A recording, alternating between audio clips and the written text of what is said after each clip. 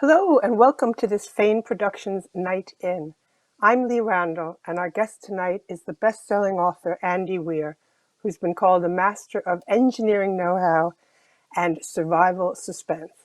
Andy's work puts real science problem solving at the heart of science fiction. His first published novel, The Martian, started out as a hobby. It was posted serially on his website for, in his words, this core group of extremely technical, science-minded dorks like me. After a second life as a self-published Amazon ebook, it was bought by a mainstream publisher, and from there it became a film directed by Ridley Scott starring Matt Damon, grossing more than $630 million worldwide and earning 7 Oscar nominations. Andy's next book, Artemis, focused on intrigues at a colony on Earth's moon. His new book, ta-da, The Hail Mary Project, has already been bought by MGM with Ryan Gosling attached to star and produce. Astronaut Tim Peake has called it one of the most plausible science fiction books I have ever read. The story finds Earth's sun being eroded by a space mold that devours stars. Scientists think they can solve the problem, but will their mission to Tau Ceti, which is about 12 light years away, really do the trick and save the world? Dr. Ryland Grace is the sole survivor on the ship making that epic journey, but before he can rescue humanity and every other species, he has to figure out who he is, where he is, and why he's alone with 2 dead bodies. This is a fantastic space romp. It's filled with awe-inspiring science, non-stop danger, and surprising alien encounters. It's twisty, funny, fabulous, and informative because, short of joining a vet school, where else are you going to stumble across the rectal temperature of a healthy goat? So welcome, Andy. What an enjoyable book, and what an absolute delight it is to meet you and talk to you today. Thanks. It's great to be here. And any introduction that includes goat rectums is automatically just aces, I tell you. I'm glad. I'm here to please. Every novel starts with a question, with the writer asking themselves why, what if, how. And I know in your case, in addition to those questions, there are often equations that you decide to try to solve. So what questions or calculations sparked off Hail Mary? I'm under the impression that some of it's left over from a book that you started and abandoned. Is that correct? Yeah, that's right. Some aspects of it. So there was a book that I worked on between The Martian and Artemis, and it was called Zhek, and Zhek. And I got 70,000 words into it after working on it for about a year. For reference, The Martian is about 100,000 words. And I realized, oh dear, this sucks. This is not any good. The plots aren't interesting. The characters are lame, and I'm still in the first act. It's going to be some 900-page ego project that no one wants to read, so I don't want to do that. So I abandoned it. But there were a few nuggets in there that were really awesome, and so I stole those for Project Hail Mary. Not the core plot, just some tangential little things.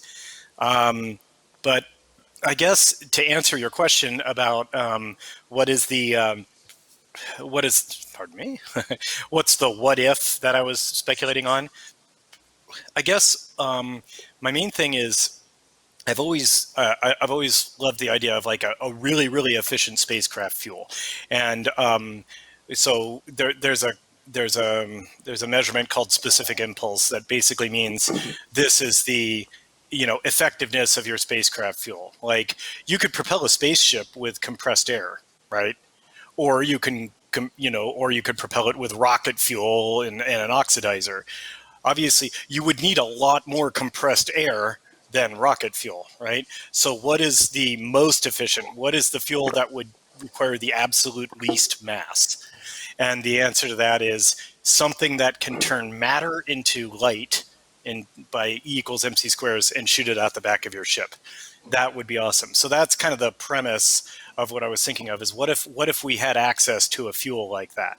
And that led me down the twisty path into, Project Hail Mary, because I said, like, well, we don't have that technology. Well, what if we found that technology?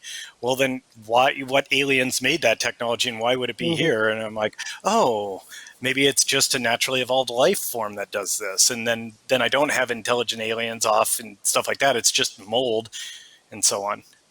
Hmm. Well, you call it astrophage, or hope I'm pronouncing that right. And it's hugely It's vital to perfect. the story. But when I started Googling it to see, because I know that you're very true to science, when I started Googling it, I kept getting these banned websites.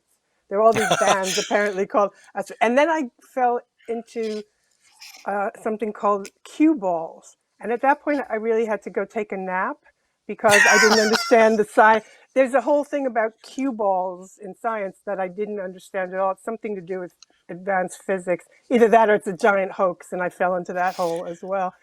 Can you tell us I about don't know about that. tell us about your astrophage?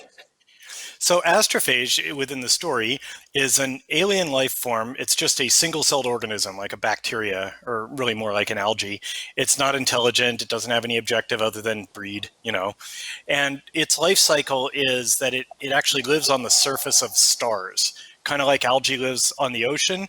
Astrophage lives on the surface of stars, and it collects energy on the star's surface, and obviously there's quite a lot of it, and then it collects that energy and stores it internally as mass. And you'd be amazed at how much energy there is in mass. Like if I turn this little commemorative poker chip thing into antimatter and it mass converted, it would probably destroy the entire city I'm in. I mean, it's like that level of energy. So the astrophage, which are microscopic, store the energy they collect as mass, and then they use that mass to send light out the back to propel themselves through space. And they propel themselves through space to go to a nearby planet to get carbon dioxide and other elements they need to reproduce, because the only elements on a star are hydrogen and helium, basically, on the surface of a star. Then they go back to the star, and that's their life cycle. They also spore out in all directions from the star, and to seed other stars, and it's just mold. It's just, that's what mold does. This is just an interstellar mold. The bad news is, though, that it comes to our star, and it's growing out of control. It doubles its population at regular intervals, and it's getting to the point now where, just so we're clear, the sun itself is going to be fine. It's a star. It's huge. But astrophage is on the surface absorbing so much of the solar output that now Earth is if we don't do something about it, Earth's going to enter an ice age. There's not enough sunlight hitting Earth anymore. Anyway, it's called astrophage because of the Greek roots. Astro means star, phage means a thing that eats. So it exists on a diet of stars. Which sounds really romantic until you start thinking about a second ice age, and then it's not romantic at all. Yeah, and well, it's even worse than an ice age, because an ice age is caused by, weather events and phenomena on Earth, whereas, like, if the sun's solar output dips, it wouldn't just be an ice age. It would be like, an extinction level event, like food chains would collapse and stuff, because it's happening Mm. really rapidly. An ice age happens slowly over the course of like 20,000 years, and so life can evolve, to adapt to it, to quote Jeff Goldblum, life finds a way. But if it happens over the course of like 30 years, which is the case that they're facing here, we're looking at a potential like extermination of most of the life on Earth. It'd be like microbes would be all that's left. I'm going to ask you many, many more science-related questions, but I want to circle back to Dr. Ryland Grace first. Okay. I felt that I didn't know heaps about him. You didn't give us a lot of info about his backstory, which was fine because there was so much going on. But he was like a cowardly lion figure to me, in that he's very short on courage in the abstract, but when his back's to the wall, he's right there with his dukes up, just like, Burt Law in the movie. And I know I happen to be a Wizard of Oz geek, and I know that you have an interest in the Oz mythology because of you did that book Cheshire Crossing. So I'm wondering, have I just brought way too much to the party, or were you thinking about a cowardly lion kind of figure when you invented Grace? I wasn't thinking about the Cowardly Lion himself, but I definitely did want. So, in general, I feel like my biggest weakness as a writer is characters. I'm known for my plots and the science and the setting and stuff like that, but my characters tend to be. I mean, people don't really mind, but my characters tend to be fairly, flat or two dimensional. I mean, Mark Watney. Everybody loves Mark Watney, but like when you finish the book, you don't know anything about him. All you know is that he's some guy who didn't want to die. Okay, and he's pretty clever and kind of funny. Okay, but you don't know anything about him. Also he doesn't undergo any sort of character arc. He's exactly the same at the end of the book as he was at the beginning. No change whatsoever. So there's no character depth or complexity. With Artemis, I made Jazz Bashara, who is much more flawed, and she has a character arc and sort of a redemption thing. And with both of those characters, I based them on my own personality. Mark is the idealized version of me. He's all the aspects of myself that I like and none of my flaws. So, he's a smart aleck like me. He's pretty bright like me, and he's resourceful, and I magnified all those. So he's like 10 times as good as I am at the things I'm good at, and he has none of my flaws. Okay. Jazz is more like the real me. She was based on my own flaws and failings when I was in my 20s, because I was a screw up in my 20s, and so I based her on that. Like, especially the part where she's ostensibly, on paper, she's really smart, but she makes really stupid decisions. That was me in my 20s. Everybody says, boy, Andy, you sure are smart. Theoretically, because and so and with Jazz I went a little too far. Her character turned a lot of readers off. They had a hard time rooting for her because she was so flawed and she was so often the agent of her own problems. It was difficult to root for her. So what I found out about that is people like the idealized version of me and don't really like the big pile of flaws part of me. Anyway, Yeah. for Ryland, I realize I'm rambling a bit, but this is, I swear, answering your question. Ryland's personality, I decided, okay, I'm always trying to get better at this, right? I'm really trying to work on character depth and stuff. For Ryland, I said, okay, this time I'm not going to base a character on myself. I'm going to create a character, and it's not going to be based on anything internal. Because I can't just keep basing my protagonists on me, or they'll all kind of feel the same. So I didn't exactly know what to do. So I just started writing the book and I just kind of let his personality develop over time. And it kind of did. And then, so once I kind of had his personality, then I went back and retrofitted the earlier chapters that I'd already written so that his tone and his manner of speech matched the personality that had developed. And what developed was this guy who's like, he's a good person. He's maybe a little naive, and yeah, he's scared. He's not brave. He's not an intrepid, bold explorer. He's on this mission for reasons that, well, you find out in the book, but he didn't really want to be. And yeah, and he's scared a lot. Well, which is entirely relatable to those of us who, I mean, the idea of going to outer space is Yeah. terrifying to me. Yeah, I think it's a thing that readers hopefully will empathize with. They're like, we've all been scared. We've all felt at times like in over our heads, and felt like we have responsibilities that we can't handle, you know. And so I think everybody knows what that feels like because there's no one on Earth who hasn't felt like that, right? You make him a teacher, and therefore, because he's around kids all the time, he doesn't curse, which is a Right. dramatic. And I just have to ask you, is this a playful wink at the school's version of the Martian that you were asked to create? Because Mark Watney is effing and blinding the whole time. hmm Um, uh, it's not a playful wink specifically at the school's version, but it was maybe a little bit of me saying like, this is not Mark Watney. And but also it just fit with his character. That was something that showed up while I was writing. I was like, okay, I decided that this guy, that Ryland was going to be a middle school teacher, and I thought like, well, what does a middle school teacher talk like? Not And I didn't want to go completely overboard, like talking to everybody like they're middle school students, like, hello, kid, but it would make sense that he would have trained himself out of swearing. I've noticed, like, so my mother-in-law, who lives with us during the pandemic, she doesn't like swearing. She's not tut about it. She's very sweet. I love her, but she feels uncomfortable around swearing, and I know that. So I never swear around her, and as a result, I found that I'm like not swearing even when she's not around, Yeah. right? Yeah. Because it just you kind of train yourself. It's like if you have kids or something. It's like you train yourself out of it. You're like, gosh and golly gee whiz. Yeah. I never had kids, so I have a real potty mouth.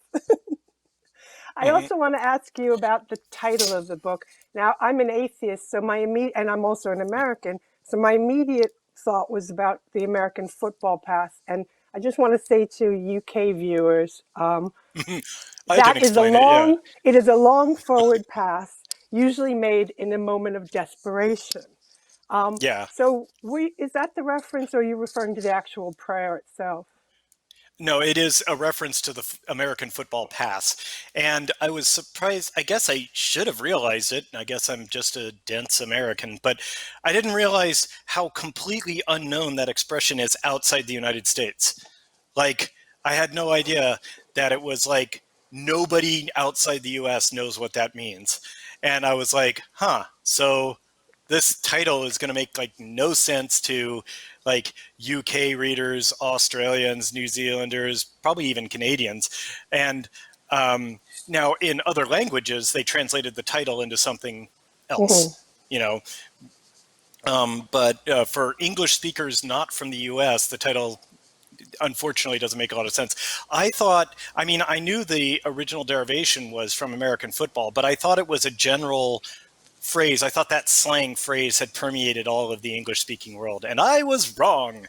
So, anyway, for the benefit of our non American English speakers, a Hail Mary pass is generally, as she said, a Hail Mary pass is generally done right at the end of a American football game when your team has the ball and you're down in points. And the clock's running out. You're going to lose the game very soon, and you're nowhere near your end zone. So you basically do this huge long pass all the way down the field and just hope one of your receivers can get it.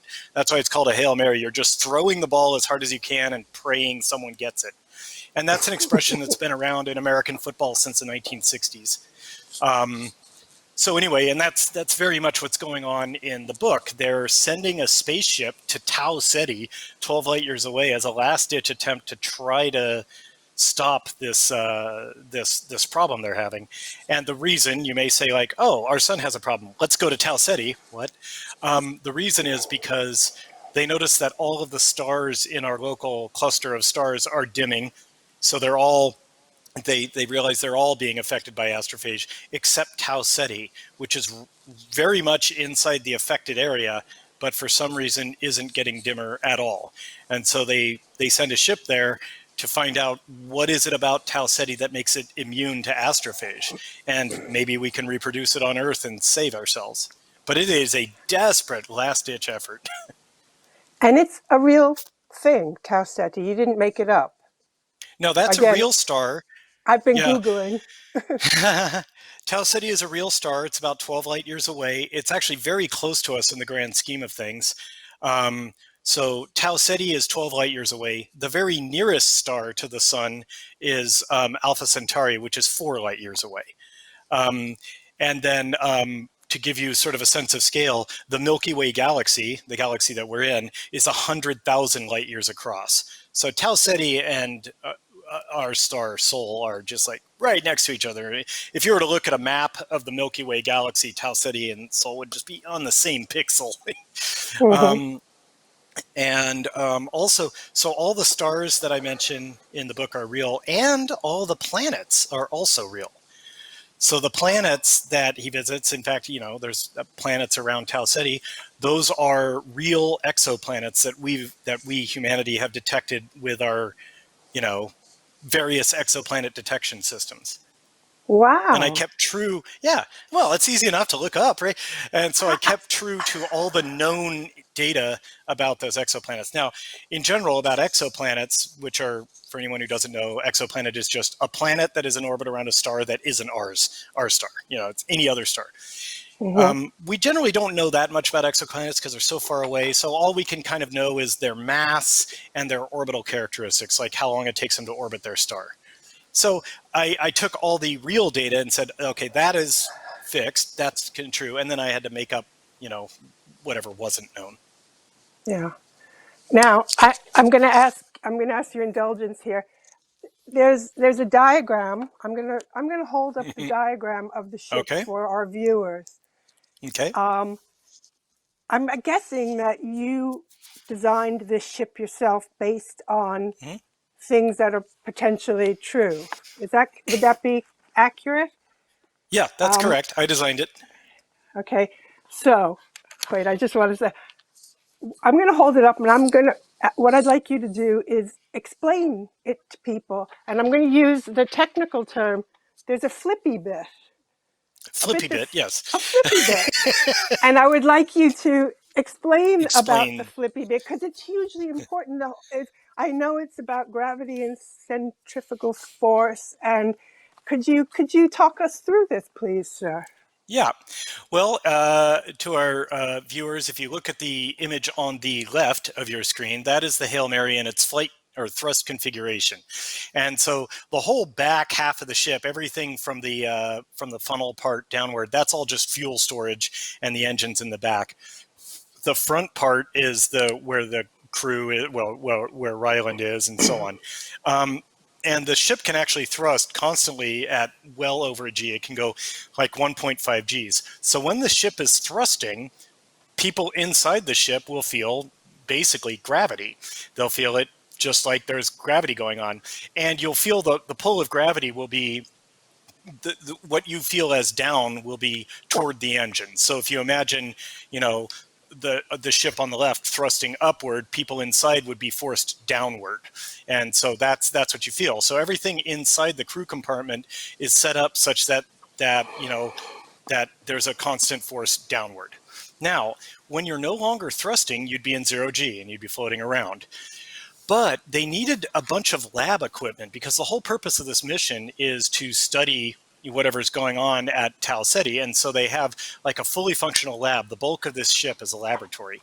And they need all this complex, delicate lab equipment to function. They cannot risk any sort of problems or complexities that make the equipment itself not work. So they decided, instead of trying to invent a 0 G mass spectrometer or invent a 0 G, scanning electron microscope or any of these other things, they would use well-tested lab equipment that exists already, made by companies who have had millions of hours of testing out in the public and stuff like that. They'd use that and just design the ship to have artificial gravity. That's easier than trying to make all these new pieces of lab equipment, and it's much more reliable. So the ship, when it's not thrusting, when it's just in orbit or something like that, it undergoes the change that you see on the right. The front half separates. It's attached to the back half by cables. And then the front half flips around. I'll explain why in a minute.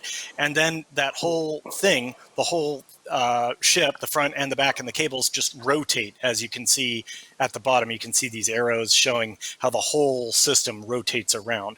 And what that does is it creates centripetal force. If you spin a ball around on a string, it'll stay going lateral and it creates a force outward.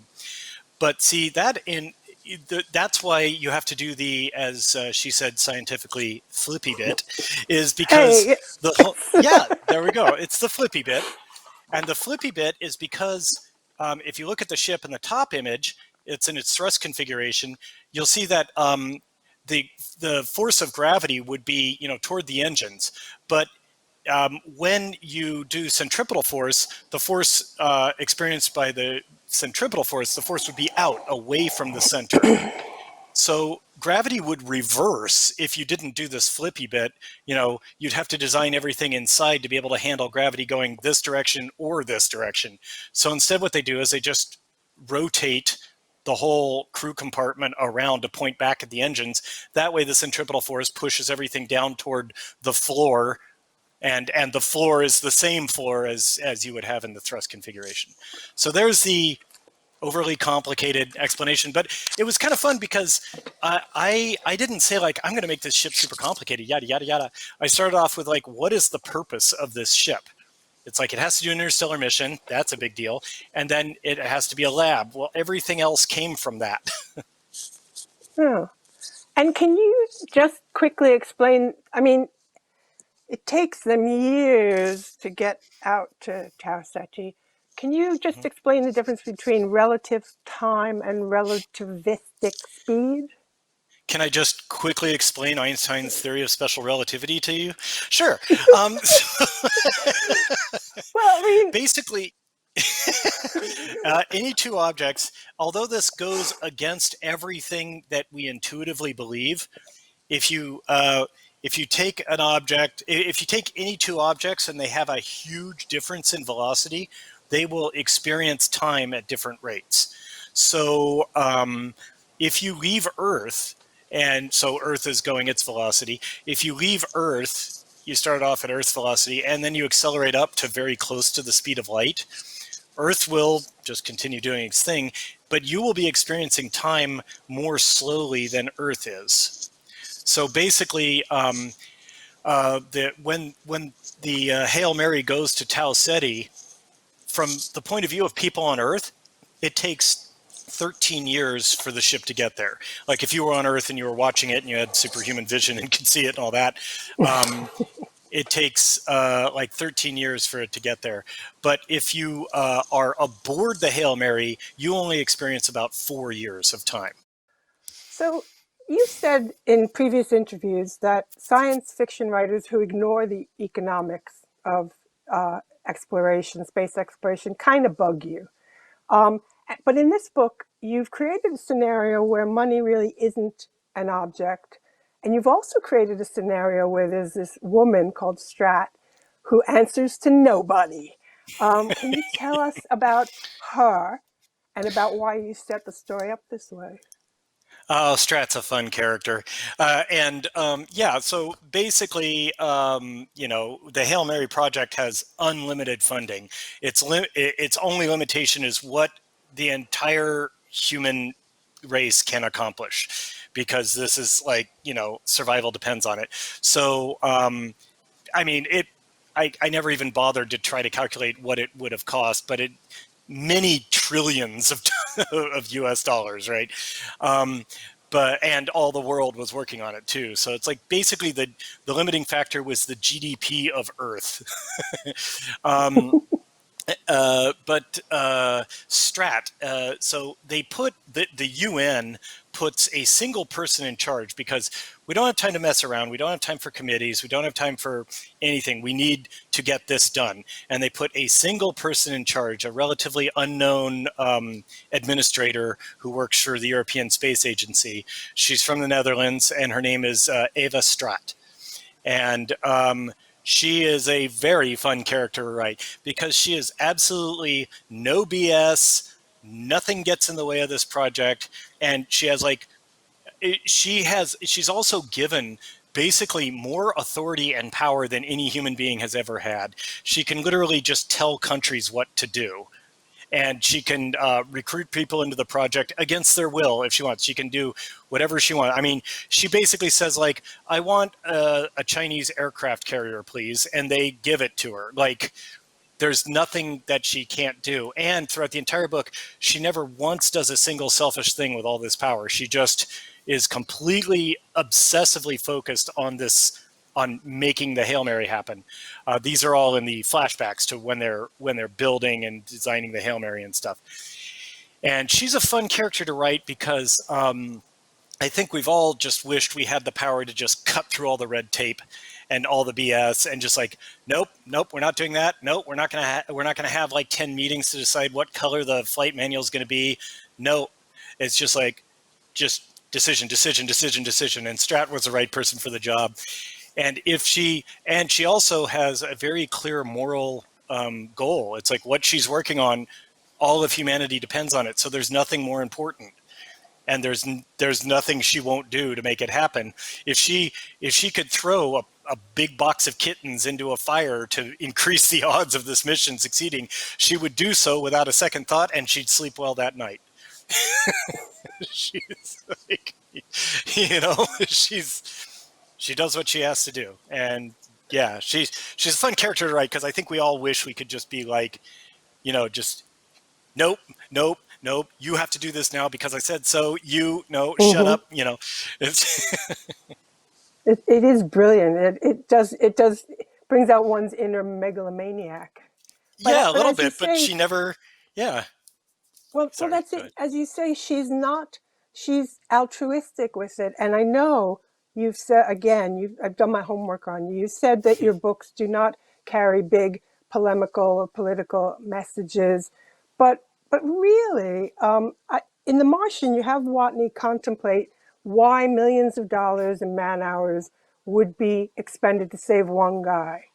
Um, and I felt that the Hail Mary Project was a kind of extension of that idea and an echo of it, because the idea that maybe civilization, we should all look after one another, that, forget countries, forget specifics, forget our differences.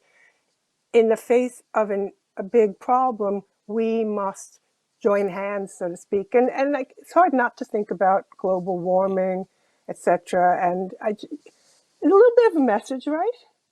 No message. I'm sorry.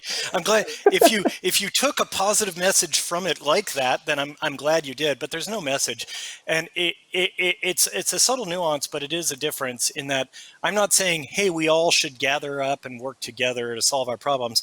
I'm saying, if we were faced with this calamity, I really believe that we would gather up and work together. So I'm not saying this is how humanity should be. I'm saying it's how humanity is.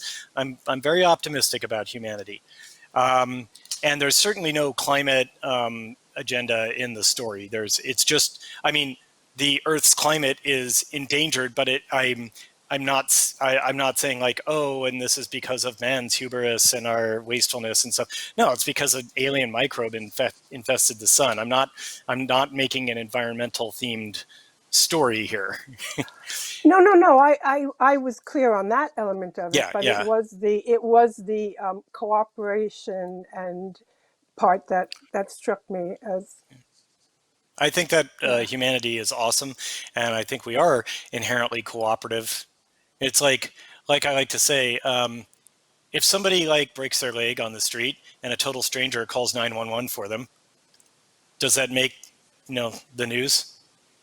No, because that's expected. That's normal. We are so inherently cooperative that is a given that people would do that. It makes the news if someone doesn't, Mm. and that's really telling about how we as a species are, the sheer level of inherent desire to help each other. Okay, I want to also ask you, in all your books, there's problem solving. It's nonstop problem solving, often by somebody in isolation. But what I really love is the way you showcase actual science. So people generate ideas, they test ideas, they analyze the results, they test them again, they test them again, they test them again. And in real life, that has an element of repetitiveness to it. What I'd like to know from a craft standpoint is, how do you do that and also keep your books?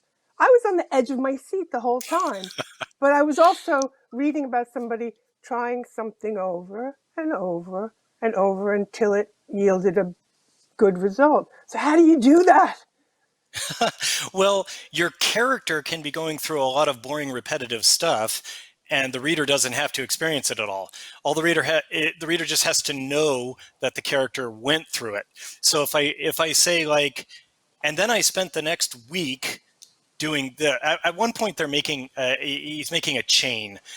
Long story. Well, the story is called Project Hail Mary. Buy it and read it. But at one point he has to make a chain, and he has to basically take 200,000 links of chain and put them together one at a time, little links of chain. And he's like, no, no, no, no, no. And he's like, I just said like, If I never see another chain link again, I will be happy. I see them in my dreams now. I am so sick of doing this and stuff like that. So there can be boring, repetitive stuff that your character has to deal with, but it doesn't have to be boring and repetitive to the reader. The reader just says like, oh, he had to do that. And for the reader, it's one paragraph and they're done. But for the poor character, he had to spend a week doing this extremely meticulous, repetitive work.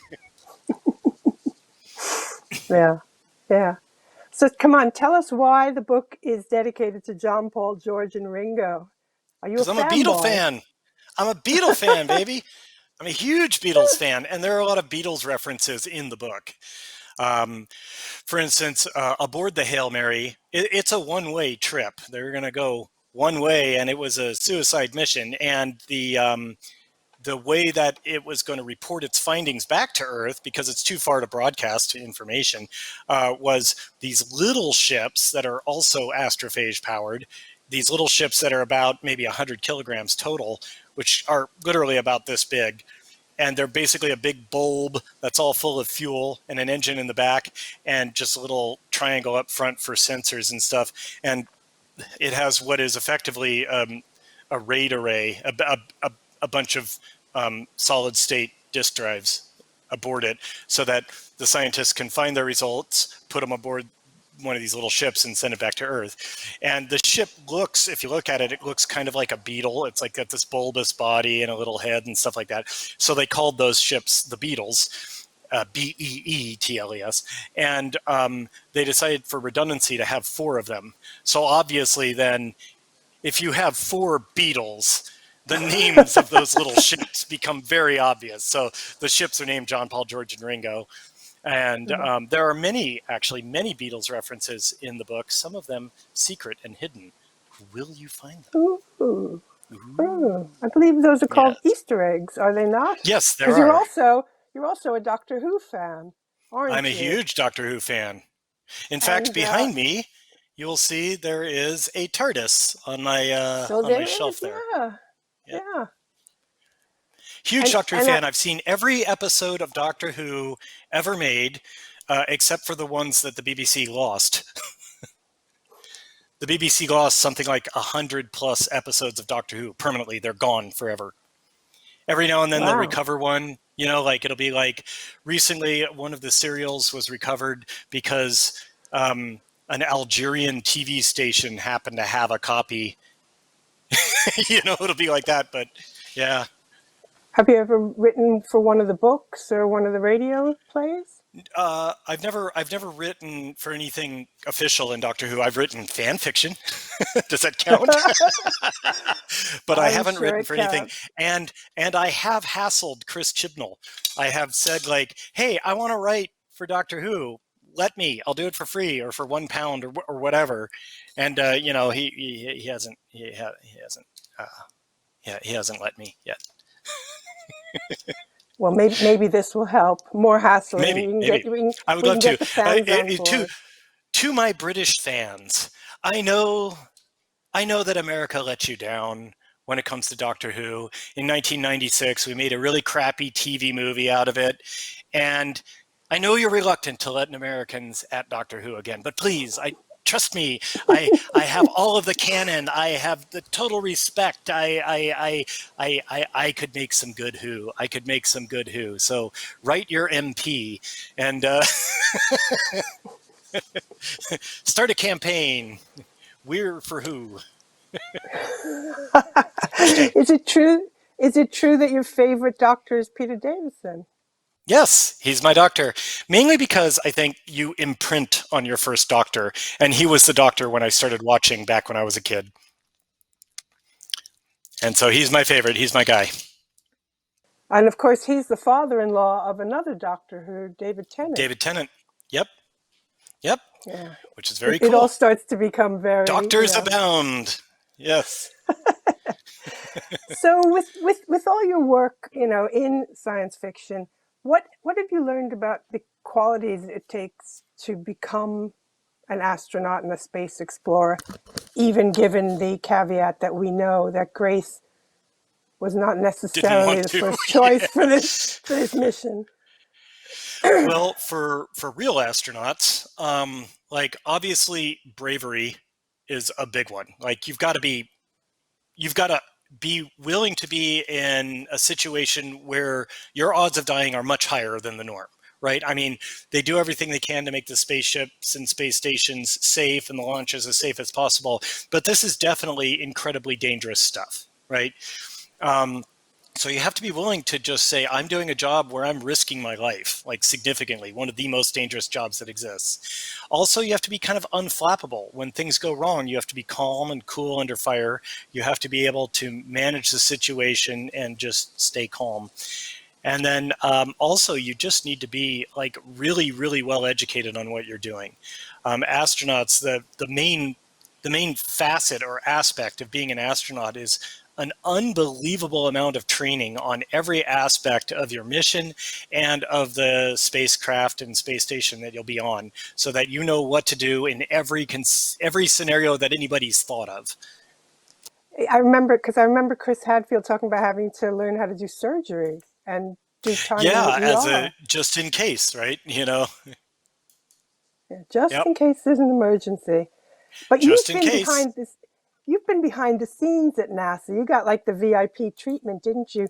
So Yeah, what was the coolest it must have been like the coolest experience overall, it but out it of was. It was the like coolest experience, what were the highlights?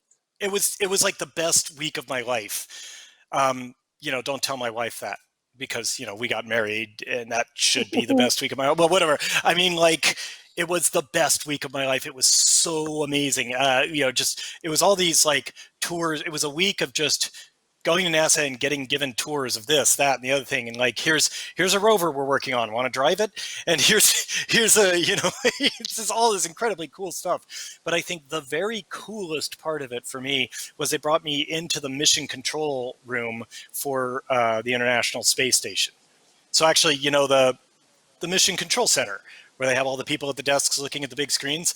They brought me Hmm. into that room, not the observation gallery, into the room itself. And they let me sit at one of the stations, which is called Cronus, and it deals with communications and stuff like that. They let me sit there and remote control a camera that was mounted to ISS. And I could point it at, I pointed it at Earth, I pointed it out at space and stuff like that. And they put the feed up on the big screen. That was so Because cool. because the thing about you, you've often said, is you never dreamt of being an astronaut. You always dreamt of being the guy in the control room, didn't you? Yeah, the flight controllers are the real heroes. There's a joke. You might be a nerd if you think the flight controllers are the real heroes of Apollo 13, but they are. They are the real heroes. Look, do I So, look good with so this headset? Because that's what I'd look like as a flight controller. Here, watch. This is me as a flight controller. Go. There. See? There. That was me I doing the think you, pre-launch checklist. I think you'd be See? brilliant. You've We're got it go flight. down. So listen, never mind being stranded in space. Do you think you could survive a Robinson Crusoe scenario here on Earth, given your deep? I mean, the Martian is kind of like science MacGyver, right?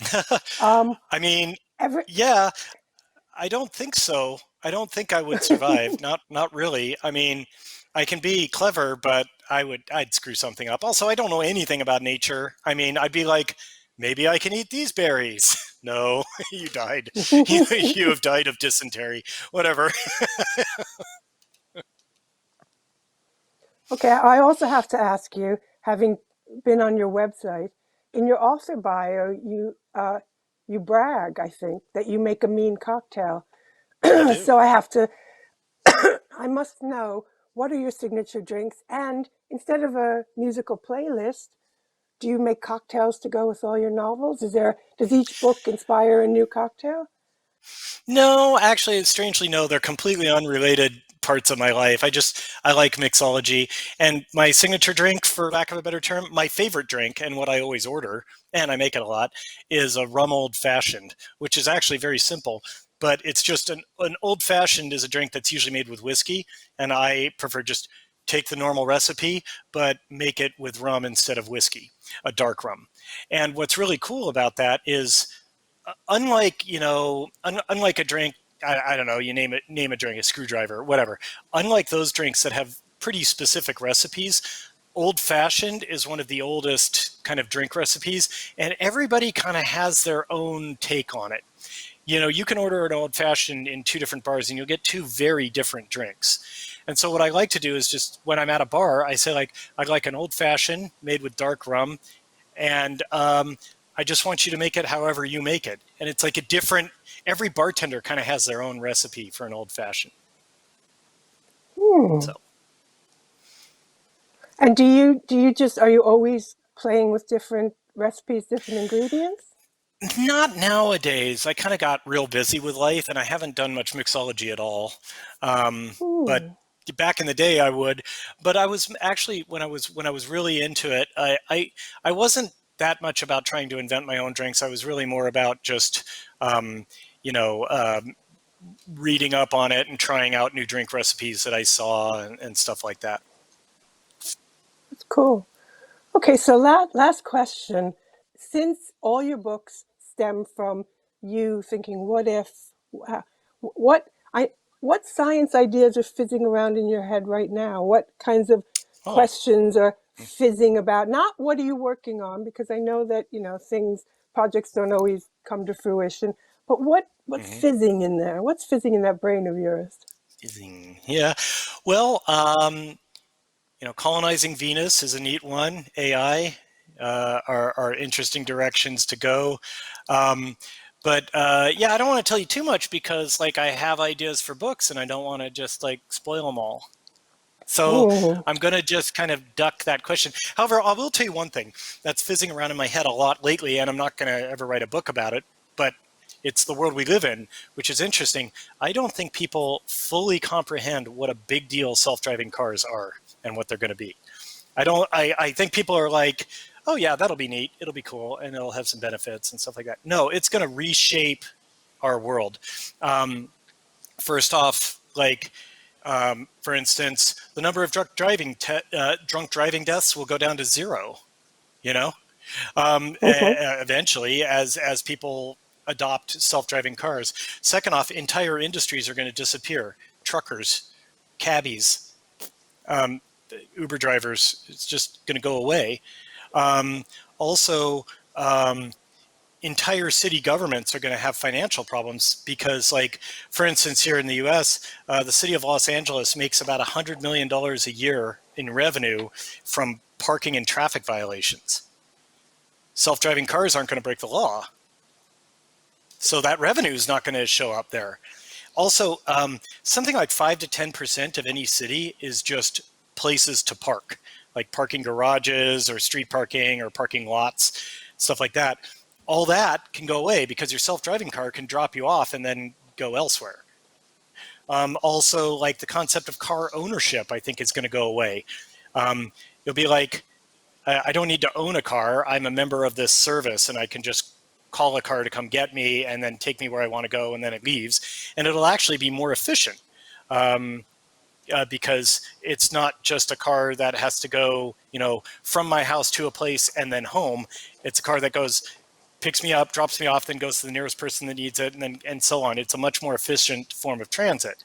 Also, it'll be great for the environment if you have these fleets of self-driving cars that are electric and so on. It's Mhm. just massive, the effects that this is going to have on our society. And I would further say, I'm predicting a big fight because there are going to be really wealthy groups that want to make it happen, auto manufacturers, for instance. And then there's going to be really wealthy groups that don't want it to happen, like municipal governments because they'll lose their revenue, and unions unions for like cabbies and the Teamsters and stuff like that, that are basically their entire profession is going to be eliminated. So there's going to be a big fight about it. It'll also have a So huge that's what's effect on percolating. the insurance companies as Yeah. well. Also, yes, the insurance industry would hate that idea because why would I buy? I'm not even going to get a driver's license. Why would I? I get a self-driving car. I don't need insurance. So how far in the future do you think this moment is? 10 to 20 years, I'd say. We're on the cusp of having self-driving cars right now. I mean, they're almost good enough. So I think within 10 years, we're going to start seeing self-driving cars on the market, and then probably 10 years after that, like full permeation. Like I think I think 20 years from now, they're going to be very, very common. Not 100%, like a lot of people like to drive, and it won't be mandatory. But then the next thing that'll happen is eventually they'll take root so well that some cities, regions, areas will say, this region of the city, self-driving cars only, because they're so much safer. Like, so eventually cities will be like, okay, this is a school zone. You're not allowed to enter this zone if you're driving a car manually, because the self-driving cars never hit kids, you know? You I see, think this is that's going what to I like happen. about you, Andy. You make me think. Your books There make you me go. think. You make me think. You're fascinating. You're Well, fascinating. thank you. And I'll just remind, I'm just going to do just Sure. remind everyone that this book is fantastic and it's in bookshops now. And usually, if we were doing this live, I'd have them give you a massive round of applause. So I'll just do it myself. Thank you Well, so much, thank you. Andy, for talking to me today. It's been brilliant. Thanks for having me. I appreciate it.